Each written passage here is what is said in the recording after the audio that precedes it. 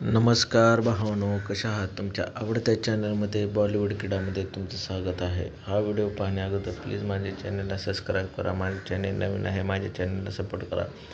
आज आपण बॉलिवूड चित्रपट दो दीवाने शहर में हा चित्रपटाचा रिव्ह्यू पाहणार आहोत. मृणाल ठाकूर आणि सिद्धांत चतुर्वेदी यांची मुख्य भूमिका असलेला दो दीवाने शहर में हा चित्रपट रिलीज झालेला आहे. हा चित्रपट 20 फेब्रुवारी 2026 रोजी चित्रपटगृहामध्ये प्रदर्शित झालेला आहे आणि हा चित्रपट लोकांना एक चांगली कहाणी वाटत आहे आणि लोकांना हा चित्रपट आवडत आहे. चित्रपट महानगरातील झगामगाटामागे दडलेल्या संवेदनशील वास्तवाला स्पर्श करतो. आपल्यातील विनयासोबत जगणाऱ्या दोन सामान्य व्यक्तींची ही कथा मांडतो. अस्मितेच्या जाणीवा करून देणारी ही कथा आहे.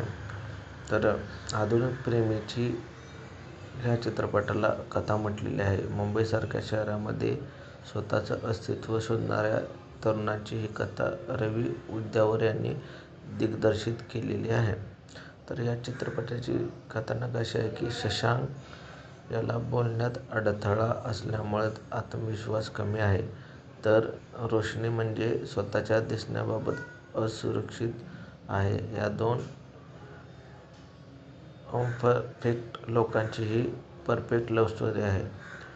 तर ह्या चित्रपटामध्ये अभिनय मृणाल ठाकूरचा अभिनय विशेष कौतुकास्पद ठरला आहे आणि तिने भावना अतिशय नैसर्गिकरित्या मांडलेल्या आहेत.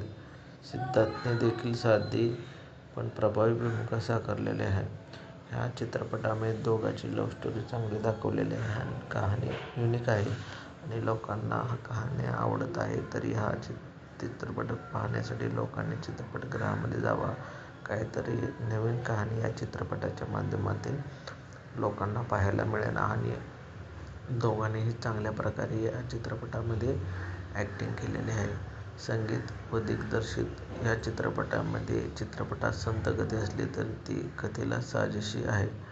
हिशाम अब्दुल वहाब यांचे संगीत आणि मुंबईचे सौंदर्य टिपलेली सिनेमॅटोग्राफी यांनी चांगल्या प्रकारे लक्ष वेधलेले आहे. थोडक्यात सांगायचे म्हणजे तर जर तुम्हाला साधी, वास्तववादी आणि हळवी प्रेमकथा आवडत असेल तर हा चित्रपट एकदा नक्की पाहावा.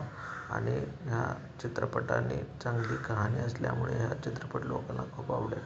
तर हा चित्रपट थिएटरमध्ये रिलीज झालेला आहे. तर तुम्ही हा चित्रपट पाहण्यासाठी चित्रपटगृहामध्ये जावा आणि या दोघे जोडीने चांगले काम केलेले आहे आणि कहाणी युनिक असल्यामुळे लोकांना खूप आवडेल.